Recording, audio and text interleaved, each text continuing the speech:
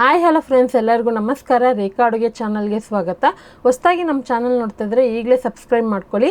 ಬನ್ನಿ, ಇವತ್ತು ಈಸಿಯಾಗಿ ಬಿಗಿನರ್ ಕೂಡ ಮಾಡುವಂಥ ರೆಸಿಪಿ ತೋರಿಸ್ಕೊಡ್ತಾ ಇದ್ದೀನಿ. ಅದೇನಪ್ಪ ಅಂದರೆ ಸ್ವೀಟ್ ಇಷ್ಟಪಡೋರಿಗೆ ಈ ರೆಸಿಪಿ ಮಾಡಿಕೊಡಿ.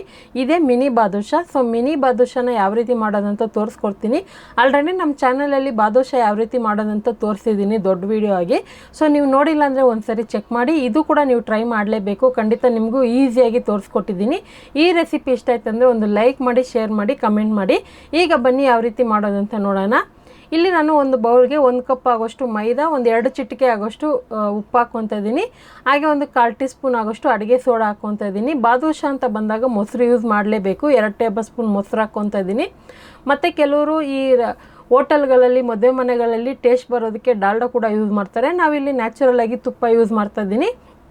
ನೀವು ಡಾಲ್ಡಾ ಇಷ್ಟಪಡೋದಾದರೆ ಅದು ಕೂಡ ಹಾಕ್ಕೋಬೋದು. ಅದೇ ನಿಮಗೆ ಒರಿಜಿನಲ್ ಆಗಿ ನ್ಯಾಚುರಲ್ ಆಗಿ ಬೇಕಂದರೆ ತುಪ್ಪ ಹಾಕ್ಕೊಳ್ಳಿ. ತುಪ್ಪ 1.5 ಟೇಬಲ್ ಸ್ಪೂನ್ ಹಾಕಿ ಚೆನ್ನಾಗಿ ಇದನ್ನು ಹಿಟ್ಟಲ್ಲಿ ಈ ಥರ ಹೊಂದ್ಕೊಳ್ಳೋ ಥರ ಮಿಕ್ಸ್ ಮಾಡಬೇಕು. ಇದು ಒಂದು ಸ್ವಲ್ಪ ಹಿಟ್ಟು ಪದರವಾಗಿ ನಾವು ಕಲಿಸ್ಕೊಬೇಕಾಗುತ್ತೆ.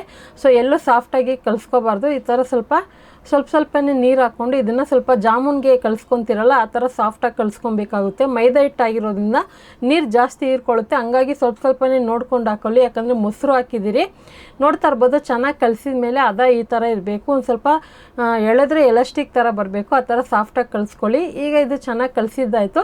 ಒಂದು 10 ನಿಮಿಷ ಇದನ್ನು ರೆಸ್ಟ್ ಮಾಡೋಣ. ಅಷ್ಟೊತ್ತಿಗೆ ಪಾಕ ಮಾಡ್ಕೋಬೇಕಾಗುತ್ತೆ. ಸ್ಟವ್ ಮೇಲೆ ಒಂದು ಕಡಾಯಿ ಇಟ್ಕೊಂಡು ಅದಕ್ಕೆ ಒಂದು 3/4 ಕಪ್ ಆಗೋಷ್ಟು ಸಕ್ಕರೆ ಹಾಕ್ಕೊತಾ ಇದ್ದೀನಿ. ನಿಮಗೆ ಪಾಕ ಜಾಸ್ತಿ ಬೇಕಂದರೆ 1 ಕಪ್ ಕೂಡ ಹಾಕ್ಕೊಬೋದು ಸಕ್ಕರೆನ. ಯಾಕಂದರೆ ಪಾಕ ಉಳಿದ್ರೆ ನಿಮಗೆ ಬೇರೆ ಥರ ರೆಸಿಪಿ ಕೂಡ ಯೂಸ್ ಮಾಡ್ಕೋಬೋದು. ಅಥವಾ ಪಾಕ ಉಳಿಯೋದು ಬೇಡ ಅಂದರೆ ಕಡಿಮೆನೇ ಹಾಕ್ಕೊಳ್ಳಿ. ಒಂದು 1/2 ಕಪ್ ಆಗೋಷ್ಟು ನೀರು ಹಾಕ್ಕೊಂಡಿದ್ದೀನಿ. 3/4 ಕಪ್ ಸಕ್ಕರೆಗೆ 1/2 ಕಪ್ ನೀರು ಮತ್ತು ಒಂದು 3 ಏಲಕ್ಕಿನ ಕುಟ್ಬಿಟ್ಟು ಹಾಕ್ಕೊಂಡಿದ್ದೀನಿ. ಚೆನ್ನಾಗಿ ಒಂದೇಲೆ ಪಾಕ ಬರೋವರೆಗೂ ಕುದಿಸ್ಕೊಳ್ಳೋಣ. ಮೀಡಿಯಮ್ ಫ್ಲೇಮಲ್ಲಿ ಇಟ್ಟೆ ಕುದಿಸ್ಕೊಳ್ಳಿ. ಬೇಗನೆ ಆಗಲಿ ಅಂತ ಹೈ ಫ್ಲೇಮಲ್ಲಿ ಇಡೋಕೆ ಹೋಗಬೇಡಿ. ಪಾಕ ಟೇಸ್ಟು ಬರೋದಿಲ್ಲ. ಪಾಕ ಬಂದ್ಬಿಟ್ಟು ಯಾವ ರೀತಿ ಇರಬೇಕಂತೆ ಅಂದರೆ ಜಸ್ಟ್ ಅಂಟಂಟು ಬರೋ ಥರನೂ ಇರಬಾರ್ದು. ಹತ್ರ ಬರೋ ಸ್ಟೇಜ್ಗೆ ಸ್ಟವ್ ಆಫ್ ಮಾಡಿದ್ರೆ ಸಾಕು. ಅಂಟು ಬಂದಿರಬಾರ್ದು. ಜಸ್ಟ್ ಲೈಟಾಗಿ ನಮಗೆ ಆ ತಿಕ್ನೆಸ್ ನೋಡಿದ್ರೆ ಗೊತ್ತಾಗುತ್ತೆ. ಸೊ ನಿಮಗೆ ಜಾಮೂನ್ಗೆ ಪಾಕ ಎಲ್ಲ ತೆಗಿತೀರಲ್ಲ, ಅದು ಒಂದೇಳೆ ಪಾಕ ಅಂತ ಹೇಳ್ತೀರಾ. ಅದಕ್ಕಿಂತ ಬರೋದಕ್ಕೆ ಮುಂಚೆನೇ ಆಫ್ ಮಾಡ್ಕೊಳ್ಳಿ. ಈಗ ಪಾಕ ಆಗಿದೆ, ಅದನ್ನು ಸ್ಟವ್ ಆಫ್ ಮಾಡಿ ಸೈಡ್ಗೆ ಇಟ್ಬಿಟ್ಟು ಇಲ್ಲಿ ಹಿಟ್ಟು ಕೂಡ ಚೆನ್ನಾಗಿ ನೆಂದಿದೆ. ಒಂದು ಸರಿ ಚೆನ್ನಾಗಿ ನಾದ್ಕೊಂಡು ಇದನ್ನು ಗೋಲಿಗಿಂತ ಸ್ವಲ್ಪ ದೊಡ್ಡ ಸೈಜ್ ತೊಗೊಳ್ಳಿ. ತುಂಬ ದೊಡ್ಡದಲ್ಲ, ಗೋಲಿ ಸೈಜ್ಗಿಂತ ಸ್ವಲ್ಪ ದೊಡ್ಡದು ತಗೊಂಡು ರೌಂಡಾಗಿ ಕೈಯಲ್ಲಿ ಚೆನ್ನಾಗಿ ರೋಲ್ ಮಾಡಿಬಿಟ್ಟು ಮಧ್ಯದಲ್ಲಿ ಪ್ರೆಸ್ ಮಾಡಿ. ಸೋಡಾ ಹಾಕಿರೋದ್ರಿಂದ ಇದು ಉಬ್ಬುತ್ತೆ. ಎಣ್ಣೆಯಲ್ಲಿ ಫ್ರೈ ಮಾಡೋ ಕೂಡ ಉಬ್ಬುತ್ತೆ. ಅಂದರೆ ನಿಮಗೆ ಎಣ್ಣೆನಲ್ಲಿ ಉಬ್ಬಿದಾಗ ಅದು ನೋಡೋದಕ್ಕೆ ಜಾಮೂನ್ ಥರನೇ ಅನಿಸುತ್ತೆ. ಆ ಥರ ಈ ಥರ ನೋಡಿ ಸ್ವಲ್ಪ ಲೈಟಾಗಿ ಪ್ರೆಸ್ ಮಾಡಿ ಈ ಥರ ಮಧ್ಯದಲ್ಲಿ ಬೆರಳಿಟ್ಟು ಕೂಡ ಪ್ರೆಸ್ ಮಾಡ್ಕೋಬೇಕು. ಸೊ ಇವಾಗೆಲ್ಲ ಮಾಡಿದ್ದಾಯಿತು. ಇದನ್ನು ಅಷ್ಟೇ ಜಾಮೂನ್ ಥರನೇ ನಿಧಾನಕ್ಕೆ ಕಡಿಮೆ ಊರಿನಲ್ಲೇ ಬೇಯಿಸ್ಕೋಬೇಕು. ಎಣ್ಣೆ ಕೂಡ ಅಷ್ಟೇ ನೀವು ಬೇಗನೆ ಆಗಲಿ ಅಂತ ಹೈ ಫ್ಲೇಮಲ್ಲಿ ಇಟ್ಟು ಬಿಸಿ ಮಾಡಿಬಿಟ್ಟು ಆನಂತರ ಲೋ ಫ್ಲೇಮಲ್ಲಿ ಮಾಡೋಕೆ ಹೋಗಬೇಡಿ. ಲೋ ಫ್ಲೇಮಲ್ಲಿ ಎಣ್ಣೆ ಕಾಯಿಸ್ಕೊಳ್ಳಿ. ಈ ಥರ ನೋಡ್ತಾ ಇರ್ಬೋದು ನೀವು.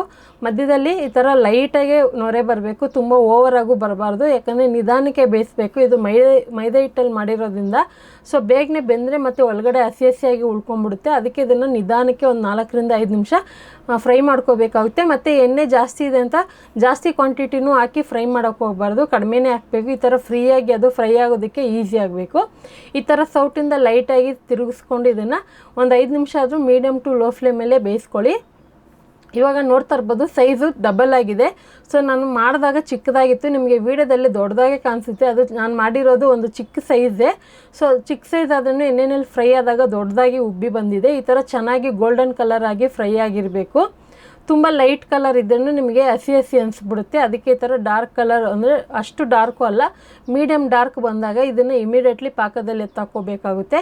ಪಾಕದಲ್ಲೂ ಅಷ್ಟೇ ತುಂಬ ನೆನೆಸ್ಬೇಕಂತ ಅಲ್ಲ, ಒಂದು 2 ನಿಮಿಷ ಬಿಟ್ಟರೆ ಸಾಕು. ನೋಡ್ತಾ ಇರ್ಬೋದು ಪಾಕ ಕ್ವಾಂಟಿಟಿ ಕೂಡ ಕಡಿಮೆನೇ ಇದೆ.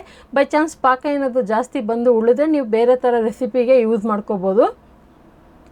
ಇದನ್ನು ನೀವು ಪಾಕದಲ್ಲೇ ನೆನೆಸ್ಬೇಕಂತ ಏನಿಲ್ಲ. ಜಸ್ಟ್ ಒಂದು 2 ನಿಮಿಷ ಬಿಟ್ಟು ಆನಂತರ ನೀವು ಒಂದು ಪ್ಲೇಟಲ್ಲಿ ಎತ್ತಿಟ್ಕೊಬೋದು ಅಥವಾ ಒಂದು ಏರ್ಟೈಟ್ ಬಾಕ್ಸಲ್ಲಿ ಎತ್ತಿಟ್ಕೊಂಡು ಸ್ಟೋರ್ ಕೂಡ ಮಾಡ್ಕೋಬೋದು. 2 ರಿಂದ 3 ದಿವಸವರೆಗೂ ಇಟ್ಕೊಂಡು ತಿನ್ಬೋದು. ತುಂಬಾ ಚೆನ್ನಾಗಿರುತ್ತೆ. ಇದು ಬಿಗಿನರ್ಸ್ಗೆ, ಹೊಸದಾಗಿ ಮಾಡೋರಿಗೆ ಸುಲಭ ಆಗಲಿ ಅಂತ ತೋರಿಸ್ಕೊಡ್ತಾ ಇದ್ದೀನಿ. ಸೊ ಎಲ್ಲ ದಿನಗಳಲ್ಲೂ ನೀವು ಈಸಿಯಾಗಿ ಮಾಡ್ಕೊಂಡು ತಿನ್ಬೋದಂಥ ರೆಸಿಪಿ ಅಂತಲೇ ಹೇಳ್ಬೋದು. ಖಂಡಿತ ಈ ರೆಸಿಪಿ ನೀವು ಯಾವತ್ತೂ ಟ್ರೈ ಮಾಡಿಲ್ಲ ಅಂದರೆ ಒಂದ್ಸರಿ ಅದು ಟ್ರೈ ಮಾಡಿ ಯಾವ ಥರ ಇತ್ತು ಅಂತ ಕಮೆಂಟ್ ಮಾಡಿ. ಈ ರೆಸಿಪಿ ಇಷ್ಟ ಆಯ್ತು ಅಂದರೆ ಗೊತ್ತಲ್ಲ, ಒಂದು ಲೈಕ್ ಮಾಡಿ, ನಿಮ್ಮ ಫ್ಯಾಮಿಲಿ ಫ್ರೆಂಡ್ಸ್ಗೂ ಶೇರ್ ಮಾಡಿ. ರೇಖಾ ಅಡುಗೆ ಚಾನಲ್ನ ಹೊಸದಾಗಿ ನೋಡ್ತಾ ಇದ್ದರೆ ಸಬ್ಸ್ಕ್ರೈಬ್ ಮಾಡ್ಕೊಳ್ಳಿ. ಈ ವಿಡಿಯೋ ನೋಡಿದ್ದಕ್ಕಾಗಿ ಎಲ್ಲರಿಗೂ ಧನ್ಯವಾದಗಳು. ಟೇಕ್ ಕೇರ್, ಬಾಯ್.